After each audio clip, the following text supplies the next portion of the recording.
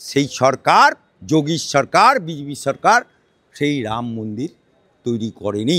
রাম মন্দির ট্রাস্ট বানিয়ে জনগণের কাছ থেকে চাঁদা তুলে রাম মন্দির হয়েছে।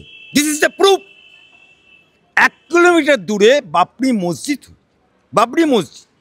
এবং যে মসজিদটা হচ্ছে এবং এখনো কমপ্লিট হয়নি, এবং সেখানে সেই মসজিদ এবং সঙ্গে মাদ্রাসা, সঙ্গে কোরআন গবেষণা কেন্দ্র, সঙ্গে আবাসস্থল তৈরি করছে।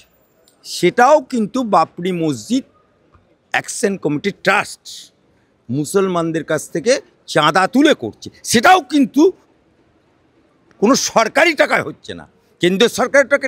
যে মসজিদটা উদ্বোধন করতে আসবে আরবের আমির শাহী উদ্বোধন করতে আসবে, কমপ্লিট হলেই উদ্বোধন করতে আসবে, এবং আমাদের দেশের প্রধানমন্ত্রীও থাকবে।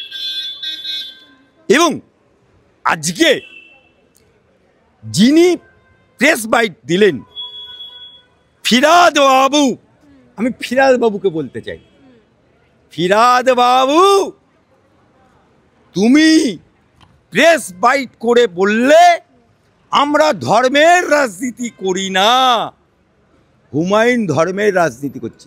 তাহলে ফিরহাদ বাবু, মুসলমানদের সবাই ফেস টুপি পরে তুমি কি বলেছিলে? আল্লাহ যদি করায় আজ আমরা 30% আছি, কাল ইনশাল্লাহ 100% হয়ে যাবে। ওটা ধর্মীয় রাজনীতি হয় না? ওটা ধর্মীয় রাজনীতি হয় না?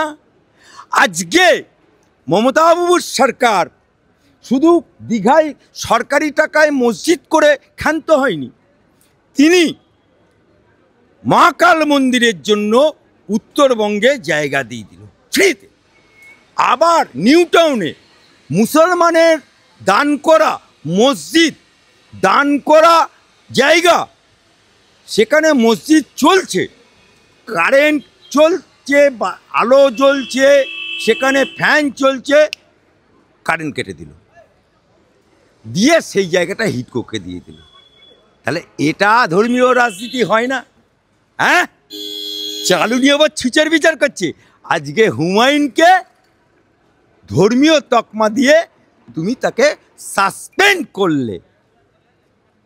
তুমি যখন ওয়াকআপ নিয়ে আন্দোলন করতে গেল মুসলমানরা, করতে হবে না, আমি আছি, আমি তোমাদের মসিয়া, আমি তোমাদের ছাতা।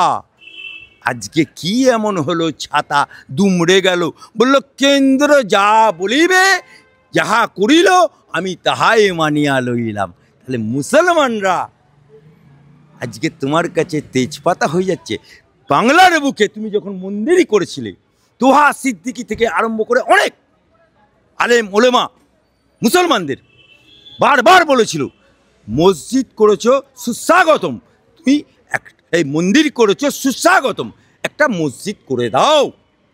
তুমি করলে না, তুমি সরকারি টাকায় মন্দির করে, কার বাপের টাকা পেলে? এ টাকা মমতা ব্যানার্জি খালুয়াপ্পার টাকা না, এ টাকা মমতা ব্যানার্জির বাপের টাকা না, এ টাকা বাংলার মুসলমানের টাকা, এ টাকা বাংলার সনাতনীদের টাকা, এ টাকা বাংলার অধিবাসীর টাকা।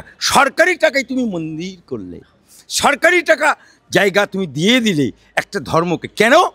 এই কারণে দিলে 21 সালের আঁকড়া বলছে তুমি হিন্দু ভোট পেয়েছো 5 to 7%, বাকি সব মুসলমান ভোট পেয়েছো।